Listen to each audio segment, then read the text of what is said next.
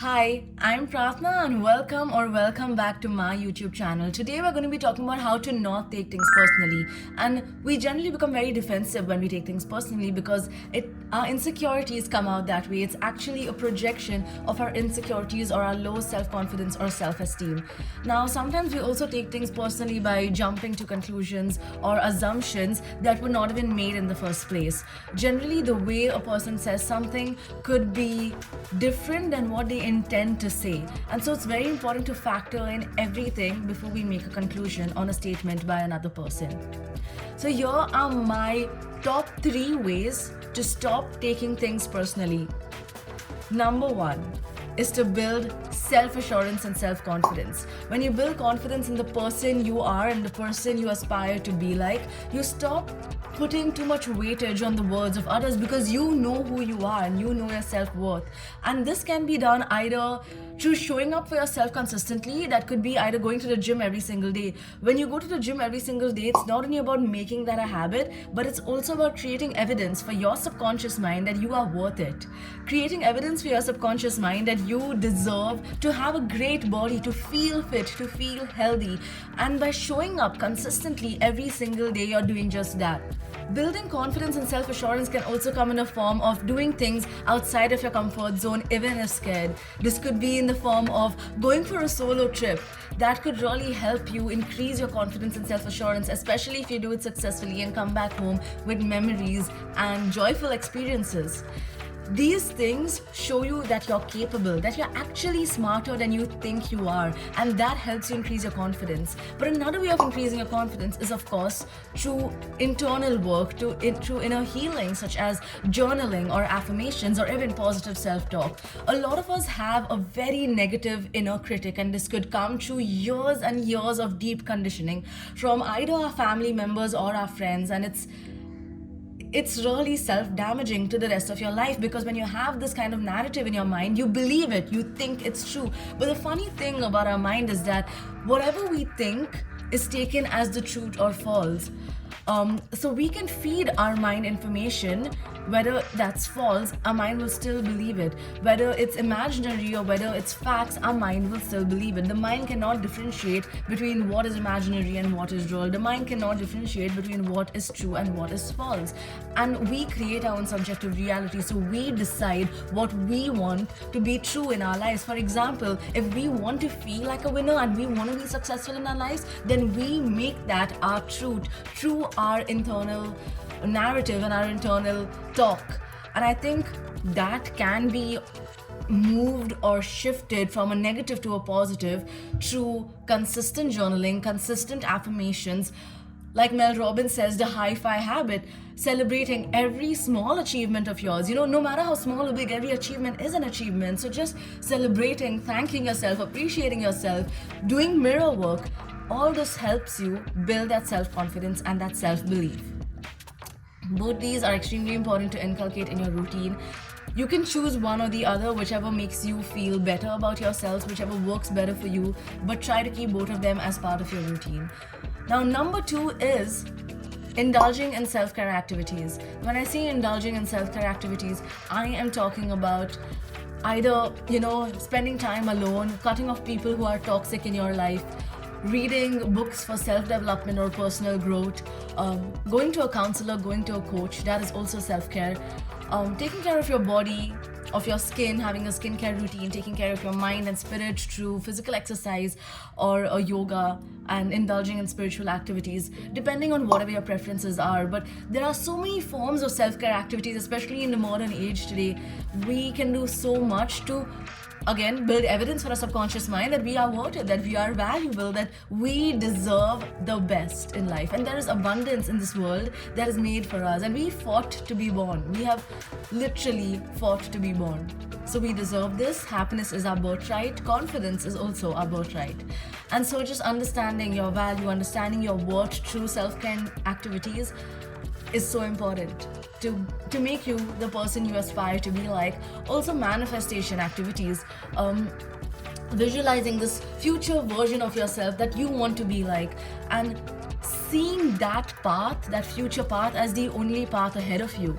Like there is nothing that can come between you and your future part, because that part feels so spiritually aligned with who you are as a person. It is so authentic to who you are rather than who other people think you should be or what you think you should be doing. When you follow your heart, when you stay authentic to yourself, that is also a form of self-care and self-love. That is immense self-love. I think discipline, showing up consistently, and being authentic are my biggest top 3 forms of self-love that I see in my own life. Number 3 is changing your perspective. Now, people see us from a tainted lens. They see us from a lens that is tainted or biased with their past experiences, with their memories, with their perception of the world, their belief systems, their values. And so, when we take what their statement is with absolute belief or absolute truth, we obviously feel attacked, we feel hurt, we feel like, why would they say that? What did I do that made them feel this way?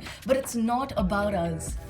And that is the epitome to understand how we can stop taking things personally, because a lot of what someone tells us is not about who we are. It doesn't have much to say about our self-worth. Sometimes if the person is having a bad day, they might be extremely rude to you, but that has almost nothing to do with you. And so understanding that sometimes people come from a place that we might not even be aware of, or understanding that, they might just be having a bad day, they might be in a bad mood, that doesn't give them the right to say shit to you. Of course, you have to create boundaries, but at the same time, you have to not take it personally. You have to understand that it is not about who you are as a person. And when you build that confidence and self-assurance, you automatically have this shield around you, have this kind of energy and power about who you are as a person, and that comes across, and that makes you so magnetic to attract the right people in your life. It's insane. So confidence has amazing benefits. Maybe that's a topic for another YouTube video, but all I'm trying to say is, I think when you change your perspective on where people are coming from, why they're saying the things they're saying, a lot of which you might know, a lot of reasons which might be unknown, you don't take their statement as your truth. You realize that it's not the complete truth. And even if it is partially the truth, even if like a lot of people say something about you and there could be some truth to what they're saying, there are ways to fact check, there are ways to reflect on your personality, on who you are as a person. And I think self-awareness, something I forgot to mention actually, self-awareness is also a great foundation to build self-confidence and self-assurance, because when you know who you are, when you're being authentic to yourself, which you can be only when you know who you are, that's when you build true confidence. When you're staying true to yourself, it's so much more easy to portray a confident exterior when you know who you are and when you're being true to yourself rather than when you're faking it. Going back to what I was saying about fact checking, you can either talk to your closest friends who have known you for years or who know you really, really well, friends you've had deep conversations with. You can talk to them about these certain things that someone has said and be like, do you think this is true? Because I'm trying to improve as a person. Do you think this reflects my personality? And listen to what they have to say. Listen deeply, ask them powerful questions and understand where they are coming from too. But talking to someone who's not trying to attack you, who is not in a place to throw hate or shade at you, who truly love you for the person you are and who are connected to you deeply and understand you deeply, will be able to give you a much better or much more holistic perception on this. So try to fact check with your friends, but other than that, reflecting on your own, journaling about, certain things and whether in the past certain events might have portrayed you a certain way.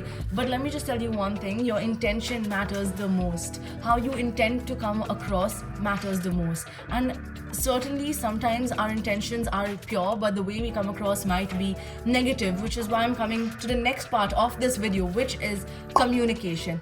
How do we communicate to people, especially when we get defensive and pissed off at what they're throwing at us? Instead of saying, you're being so rude or you're being so annoying, we can say, I really care about this friendship or this relationship and I really want to mend things between us. So I'm just trying to understand where you came from when you said this to me, because it really did hurt me. So I'm just trying to understand.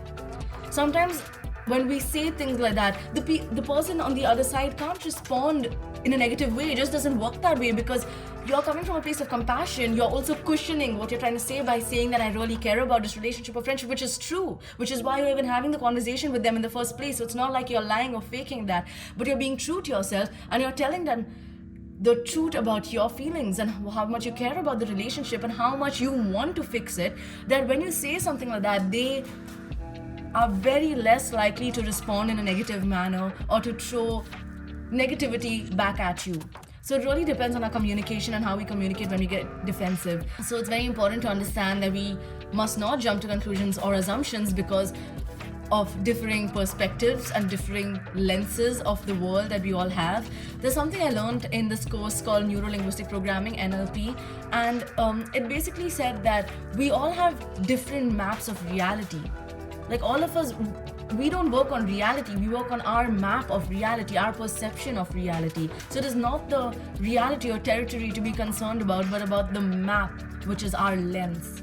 And so it's very important to understand that when we talk to other people, they are looking at us from a different map of reality and we are looking at them from a different map of reality, which is based on so many other factors that we can't take a statement as an absolute truth. I really hope this helped you and I hope this video was informative. If you have any other questions on how to not take things personally, because I do understand that it is a continuous process of work.